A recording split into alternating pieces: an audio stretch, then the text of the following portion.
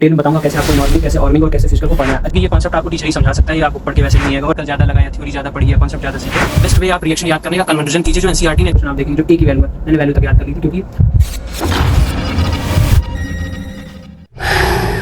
Hello, मेरा नाम सत्यांशु सिंह है। This is my first video on YouTube channel. तो थोड़ी बहुत ऑडियो और वीडियो क्वालिटी थोड़ी बहुत कॉम्प्रोमाइज हो सकती है, I hope you don't mind. मेरा नीट्स का स्कोर था इस बार 690 और मेरी केमिस्ट्री में स्कोर था मेरा 180 आउट ऑफ 180 पूरे नंबर थे। तो मैं केमिस्ट्री टॉपिक्स रिलेटेड बताऊंगा कि मैंने किन किन बुक्स का यूज़ किया, किन किन टॉपिक्स पे मैंने ज़्यादा फोकस किया, खासकर मैंने टीचर से समझने की कोशिश की, और किन किन टॉपिकों को मैंने नोट्स बनाए, शॉर्ट नोट्स लिखे, फिर लास्ट में उनको रिवाइज करता था, जिसकी वजह से मैं थोड़ा अच्छा स्कोर कर पाया। और मैं ये भी बताऊंगा कि आपको किस तरह न्यूमेरिकल की ज़्यादा प्रैक्टिस करनी है, थ्योरी ज़्यादा पढ़नी है, कॉन्सेप्ट ज़्यादा समझने हैं।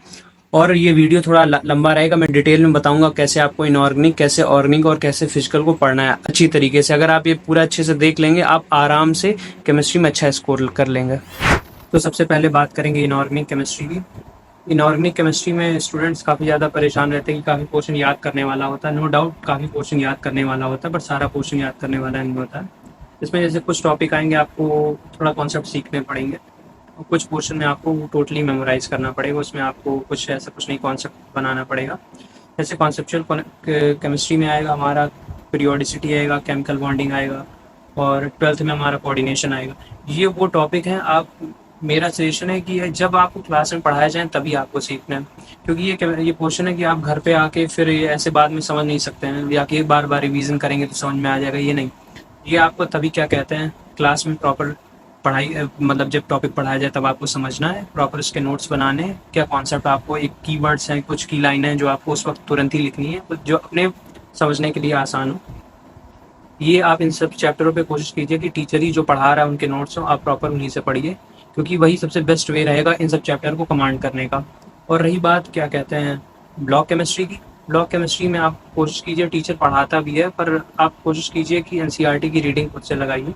जो पी ब्लॉक है, डी ब्लॉक है, डीएफ ब्लॉक काफ़ी ज़्यादा इंपॉर्टेंट चैप्टर भी होता है, और सबसे ज़्यादा जो ब्लॉक में आपको पी ब्लॉक उतना परेशान नहीं करेगा जितना ज़्यादा डीएफ ब्लॉक करेगा, क्योंकि डीएफ ब्लॉक में बहुत रैंडम फैक्ट लिखे गए हैं, मतलब कि कोई पोर्शन कहाँ पे आगे कहाँ पे उन्होंने लिख दिया है, पर एनसीईआरटी ने बहुत कॉम्प्लेक्सिटी इसमें कर दी है। तो डीएफ ब्लॉक क्वेश्चन भी काफ़ी डिफिकल्ट बन जाते हैं। इस साल तो उतने ज़्यादा डिफिकल्ट नहीं बने, आप 23, 22, 21 में जाएंगे तो देखेंगे डीएफ ब्लॉक एक अच्छा खासा मतलब थ्योरेटिकल पॉइंट कवर करता था। इस बार इन्होंने प्रैक्टिकल वाले पॉइंट, प्रैक्टिकल केमिस्ट्री ऐड किया, हालांकि उसका भी क्वेश्चन उन्होंने नहीं दिया, हालांकि वो भी एक थोड़ा टफ क्वेश्चन है, उसमें मेमोराइज आपको काफ़ी ज़्यादा करना है। तो आप बेस्ट, और ब्लॉग के लिए तो मैंने एनसीईआरटी रीडिंग की थी और मैंने उसके नोट्स बनाए थे, जैसे आपको मैं नोट्स दिखाता हूँ। ये हाइड्रोजन चैप्टर है, हाइड्रोजन चैप्टर जब हटा तब नहीं था, तब के नोट्स बने। ये जैसे देखिए पी ब्लॉक के नोट्स बने, थोड़ा इंट्रोडक्शन का पेज जो थोड़ा इंपॉर्टेंट पॉइंट्स थे, फिर नोट्स बना के जो लगा कि इंपॉर्टेंट लाइन हो सकती है, ये मेनली लाइन आप सीखेंगे जब आप क्वेश्चन की प्रैक्टिस करेंगे। एनसीईआरटी बेस्ड क्वेश्चन या तो टीचर जब करा रहे हो कराएं, या तो फिर कुछ बुकें होती हैं जो एनसीईआरटी बेस्ड हो या फिर पीवाईक्यू हो, वही ज़्यादा लगाएं। बहुत ज़्यादा टफ मॉड्यूल लगाने की कोई ज़रूरत नहीं है। कोशिश कीजिए कि आप एनसीईआरटी एग्जाम्पलर हो सके तो उसके क्वेश्चन लगाइए, एमसीक्यू वाले लगाइए, शॉर्ट क्वेश्चन हो या लॉन्ग क्वेश्चन हो, जो आपको नॉलेज इंक्रीज करेंगे आपकी, बहुत ज़्यादा आपको डाइवर्ट नहीं करेंगे एनसीईआरटी से, वो आप कर सकते हैं। तो इस तरह आपको इनऑर्गेनिक की अच्छे से तैयारी करनी है। फर्स्ट क्या कहते हैं, आपको जो समझने वाले चैप्टर जो मैंने तीनों बताए, वो आपको टीचर के नोट से बहुत अच्छे से समझने हैं। जब टीचर पढ़ाए तब से अटेंटिव होकर बैठिए, और तभी आप समझिए, कि अगर वो तब समझ में नहीं आएगा बाद में आप समझ नहीं पाएंगे। सेकंड, जो ब्लॉक वाले हैं, आपको उसके शॉर्ट एनसीईआरटी की रीडिंग करनी है, शॉर्ट नोट्स बनाने हैं, जो कि आखिरी में आपको रिवीजन करने में हेल्प करेंगे, और बहुत जल्दी रिवीजन। ब्लॉक केमिस्ट्री मेरी 1 आवर 1.5 आवर में प्रॉपर रिवाइज हो जाती थी, जो ब्लॉक केमिस्ट्री वाला पोर्शन रहता था। P block, D F block वाला ईजिली हो जाता था। तो नेक्स्ट पे हम बात करते हैं ऑर्गेनिक केमिस्ट्री। ऑर्गेनिक केमिस्ट्री का जो बेसिक होगा हमारा, वो जीओसी वाला पार्ट होता है, जो मैं मेनली प्रेफर करूँगा कि आप जो टीचर पढ़ा रहे हो, आप इस पोर्शन को बहुत अच्छे से क्लियर कवर कीजिए, क्योंकि ये कॉन्सेप्ट आपको टीचर ही समझा सकता है, ये आप बुक पढ़ के वैसे भी नहीं आएगा। और जीओसी कोई एक चैप्टर एनसीईआरटी ने दिया भी नहीं, ये भी सिर्फ टुकड़ों में दिया है, कहीं हाइड्रोकार्बन में थोड़ा पढ़ा दिया, कभी क्या कहते हैं अल्काइल हैलाइड में पढ़ा दिया। तो थोड़े थोड़े पोर्शन में टीचर आपको एक जगह समअप करके पढ़ा देगा। कोशिश कीजिए कि आप अच्छे से वहीं पे सीख लीजिए। मैं उन पोर्शनों को बताते चल रहा हूँ, क्या आपको टीचर से ज़्यादा समझना है और क्या आप खुद से उस पर वर्क करके आप वो पार्ट अच्छा कर सकते हैं। जैसे जीओसी वाला पार्ट आपको अच्छे समझना, कौन सा इफेक्ट कब लगेगा, रेजोनेंस कहाँ पे है, इलेक्ट्रोमैग्नेटिक कब है, ये सब जो जितने इफेक्ट लग रहे हैं वो आपको टीचर ही बताएंगे और क्वेश्चन के थ्रू समझाएंगे, तभी आपको अच्छे से समझना है। और जब आप मेन एनसीईआरटी में जो किस तरह ऑर्गेनिक केमिस्ट्री दी गई, जैसे हाइड्रोकार्बन दिया गया, अल्काइल हैलाइड दिया गया, फिर आपको अल्कोहल फिनॉल ईथर दिया गया, अल्डिहाइड कीटोन कार्बोक्सिलिक दिए गए, फिर अमाइन दिए गए। तो जैसे आप हाइड्रोकार्बन पे आए, तो ये जितने भी चैप्टर हैं इनके ऐसे 3 हेडिंग जैसे एनसीईआरटी ने बताई, अगर आप नोटिस करेंगे तो ये आप सेम पैटर्न बाकी सारे चैप्टरों में देखेंगे। जैसे कोई टॉपिक स्टार्ट होता है, जैसे अल्काइल हैलाइड या अल्कोहल फिनॉल ईथर या अल्केन या अल्कीन, कोई भी ले लीजिए, सबसे पहले एनसीईआरटी आपको उसकी आईयूपीएसी बताता है। तो आप आईयूपीएसी जब भी देखिए कि बहुत रैंडम आईयूपीएसी आप मत पढ़िए, स्पायरो कंपाउंड की पढ़े ले रहे हैं, रिंग वाले ऐसे कॉम्प्लेक्स कंपाउंड की आप आईयूपीएसी पढ़े जाए। आईयूपीएसी आप वही पढ़िए जो आप देख रहे हैं कि एनसीईआरटी की एक्सरसाइज में दी गई है। अगर आप वो सारी करे ले रहे हैं तो बहुत ज़्यादा आईयूपीएसी पढ़ने की जरूरत नहीं। एक क्वेश्चन आना है, आप इतना ज़्यादा टाइम दे देते हैं आईयूपीएसी पढ़ने में, तो वो बिल्कुल नहीं करना है। आपको बहुत लिमिटेड पढ़ना है, इतना कि आप एनसीईआरटी के क्वेश्चन अटेम्प्ट कर लें। तो सबसे पहले एनसीईआरटी क्या बताता है, आप आईयूपीएसी पढ़िए। कोई जैसे फंक्शनल ग्रुप स्टार्ट हुआ उसकी पहले आप आईयूपीएसी पढ़िए, फिर बताता है प्रिपरेशन। जैसे हाइड्रोकार्बन में पहले अल्केन आया तो आप हैलाइड से, अल्काइल हैलाइड से बना सकते हैं, अनसैचुरेटेड हाइड्रोकार्बन से बना सकते हैं, कार्बोक्सिलिक एसिड से बना सकते हैं, जिस तरीके से बना सकते हैं। प्रिपरेशन आएगी, फिर उसके बाद फिजिकल प्रॉपर्टी आएगी हर पोर्शन की। जैसे आप हाइड्रोकार्बन की हुई, हैलाइड की हुई, alcohol phenol ether, aldehyde ketone carboxylic, amine, अब इन सब की फिजिकल प्रॉपर्टी 1-2 पेज ऐसे नोट्स में लिखिए फिजिकल प्रॉपर्टी, और लाइंस सबकी फिजिकल प्रॉपर्टी एक साथ लिखिए। किस में एसिडिक करेक्टर ज़्यादा होता है, किसका बेसिक करेक्टर ज़्यादा होता है, किस ऑर्थो का, मेटा का, किसका बॉइलिंग पॉइंट ज़्यादा होता है, किसका मेल्टिंग पॉइंट ज़्यादा होता है, कौन किस कार्बन तक सॉलिड फेज में रहेगा, कौन हाइड्रोफोबिक होगा, किस कार्बन तक या हाइड्रोफिलिक होगा। तो ये सब फिजिकल प्रॉपर्टी आपको एक जगह पे लिख के याद कर लेनी। ये मतलब लिखना क्या है, जैसे मान लीजिए कि आपको कुछ भी एक्स्ट्रा जैसे पॉइंट लग रहा है कि अगर आपको लिख रहा है तो आप एनसीईआरटी से उसको अलग मत कीजिए। जैसे मैंने क्या किया था, मैंने एक पेज ऐसे ऐड कर रखा था, मैंने इस पेज पे मैं ऐड करता हूँ जो मुझे एक्स्ट्रा पॉइंट लगा कि जो एक जगह मैं सम अप करके लिख सकता हूँ, वो मैं यहाँ पे लिख देता हूँ और वहाँ पे पेस्ट कर देता हूँ कि जब मैं एनसीईआरटी पढ़ूंगा तो वो पेज एक बार रिवाइज होगा, फिर उसके बाद एनसीईआरटी, फिर जब फिजिकल प्रॉपर्टी, उसके बाद केमिकल प्रॉपर्टी आएगी। ये 4 आप चीज़ हमेशा नोटिस करेंगे। पहले आईयूपीएसी पढ़ाई जाएगी, फिर आपको प्रिपरेशन पढ़ाई जाएगी, फिर आपको फिजिकल प्रॉपर्टी पढ़ाई जाएगी, फिर लास्ट में केमिकल प्रॉपर्टी पढ़ाई जाएगी। रिएक्शन आपको 2 जगह पढ़नी रहती है मेनली, एक प्रिपरेशन में पढ़नी होगी, एक केमिकल प्रॉपर्टी में पढ़नी होगी। जब आप हाइड्रोकार्बन पढ़ के जाएंगे नेक्स्ट चैप्टर पे, हैलाइड, अल्काइल हैलाइड पे, तो देखेंगे कि जो इसकी प्रिपरेशन या केमिकल प्रॉपर्टी पढ़ी थी, इसकी केमिकल प्रॉपर्टी उसकी प्रिपरेशन आ जाएगी। मतलब आप रिलेट करेंगे। अगर ये आपने याद नहीं किया तो आपको फिर वो याद करना पड़ेगा। अगर यहाँ पे आपने सीख लिया तो आपको याद ऑलरेडी होगा, आप अगले टॉपिक पे चले जाएंगे। जैसे इसकी केमिकल प्रॉपर्टी उसकी प्रिपरेशन है, उसकी प्रिपरेशन उसके अगले वाले चैप्टर की केमिकल प्रॉपर्टी, और नहीं इसी सीक्वेंस में चलेगी। जो एनसीईआरटी की आईयूपीएसी दी गई वो कीजिए। सबसे बेस्ट वे आप रिएक्शन याद करने का कन्वर्जन कीजिए, जो एनसीईआरटी ने एक्सरसाइज में दे रखी कि इस कंपाउंड से इस कंपाउंड तक जाना है, और वो एज कम्पेयर टू जो नीट में आनी है रोड मैप प्रॉब्लम होते, compound a react with this reagent to give compound this, तो ये टफ होता है। उतना ज़्यादा टफ नहीं होगा, सॉरी, जो नीट पे पूछा जाता है, क्योंकि नीट में उन्होंने ऑप्शन भी दे दिए कि ये कंपाउंड होगा, तो आप थोड़ा बहुत एक गेस कर लेते हैं। पर जब आप एनसीईआरटी की एक्सरसाइज की कन्वर्जन करेंगे तो ना इसमें आपको कुछ ऑप्शन तो दिए नहीं होते। प्रैक्टिस अगर आप ये अच्छे से कर लेंगे एनसीईआरटी की एक्सरसाइज की कन्वर्जन, तो ईजिली हो जाएगी। बहुत ज़्यादा सबसे बेस्ट वे है, आप अगर रिएक्शन रिएजेंट याद करने आप कन्वर्जन कीजिए। क्योंकि मैंने जितनी अच्छे से कमांड की, मैंने खुद से कन्वर्जन, जैसे मान लो आप रैंडम कह लीजिए, अच्छा इस कंपाउंड से इस कंपाउंड बनाना है, आप बनाने लगे, 1-2-3 स्टेप में बनाने लगे, फिर आप कोशिश कीजिए कि एक लिमिटेड स्टेप में बना ले। इससे आपको एक स्पेसिफिक रिएजेंट याद हो जाएंगे कि किस तरह आप ऑर्गेनिक को ईजिली कर सकते हैं। ऑर्गेनिक है कि इसमें आपको क्वेश्चनों की प्रैक्टिस बहुत अच्छे से करनी है। ये पोर्शन है जेन्युइनली जिसमें आपको क्वेश्चनों की प्रैक्टिस काफ़ी अच्छी करनी पड़ेगी। आप नोट से कर सकते हैं, एनसीईआरटी से कर सकते हैं।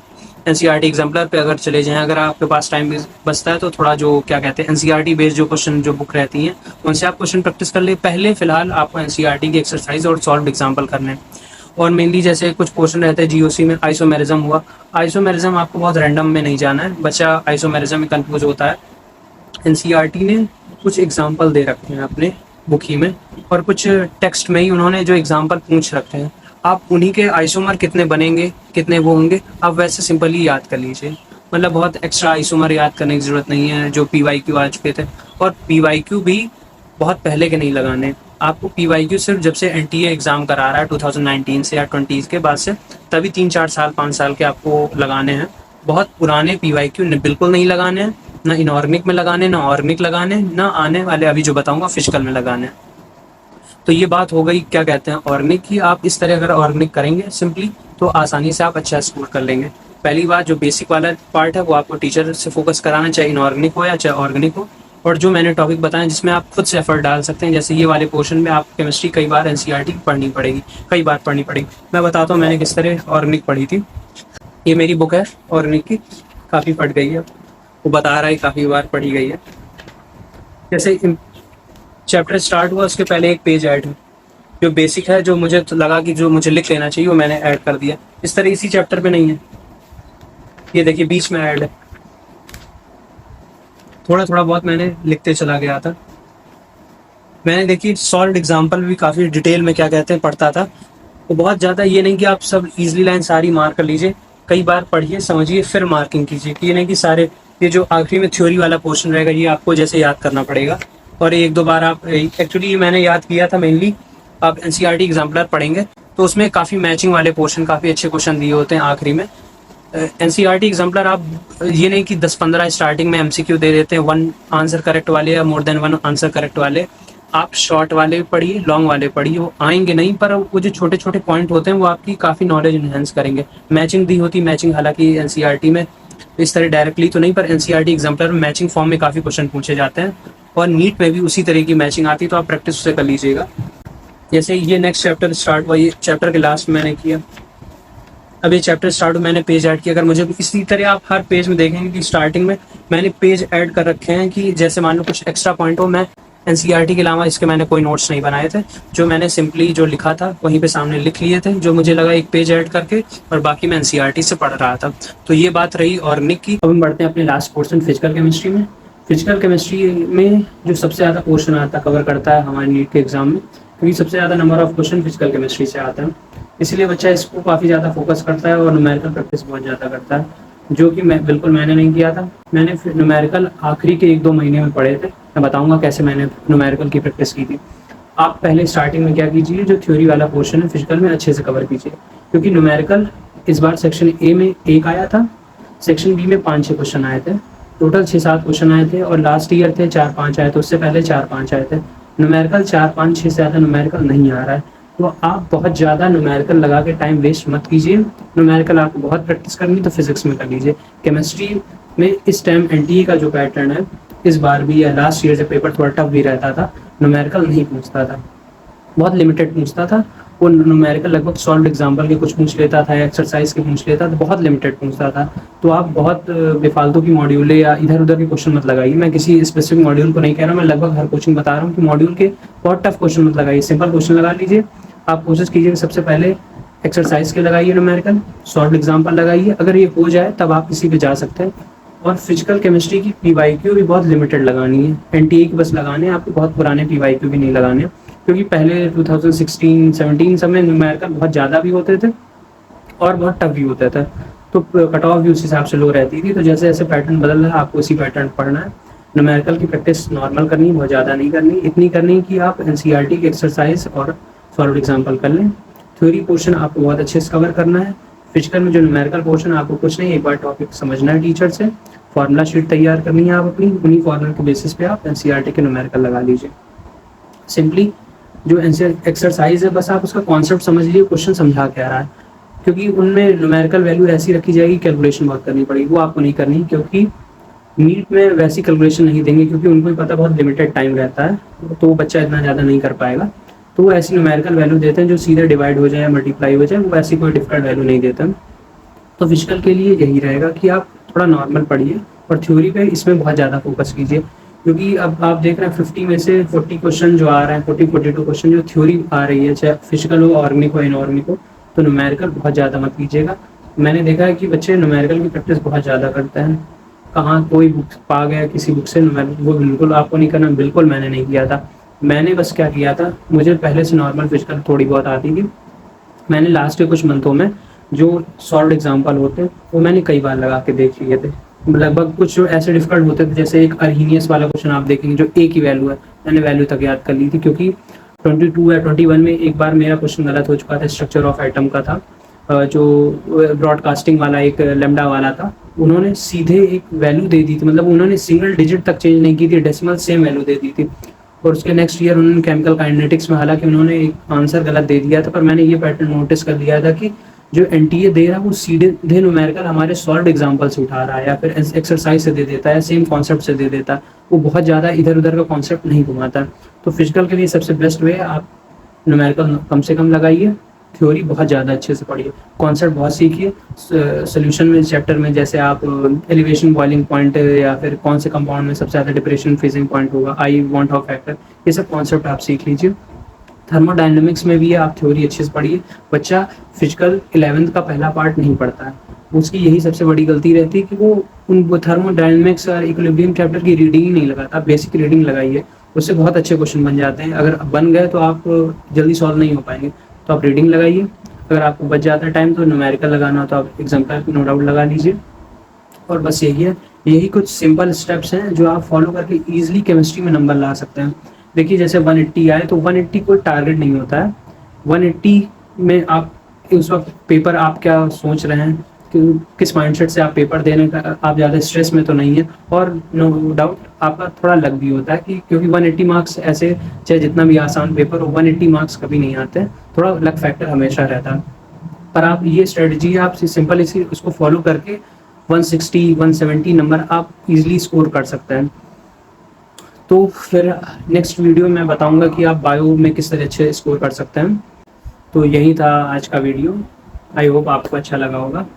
अगर आपको अच्छा लगा है तो लाइक ज़रूर कीजिएगा। और मैं आने वाले टाइम में बायो, किस तरह बायो अच्छे इंप्रूव कर सकते हैं, उसमें अच्छे मार्क्स स्कोर कर सकते हैं। और फिजिक्स में कैसे मैंने इस बार किया, मेरा स्कोर इस बार फिजिक्स में पहले के कंपैरिजन में काफ़ी अच्छा इंक्रीज़ हो गया था। मैं बताऊंगा इन दोनों सब्जेक्ट कैसे आप इम्प्रूव कर सकते हैं। आई होप आप चैनल को सब्सक्राइब कर रखिए, जैसे ही आपको वीडियो आएगा आपके पास नोटिफिकेशन आ जाएगा, आप देख सकते हैं।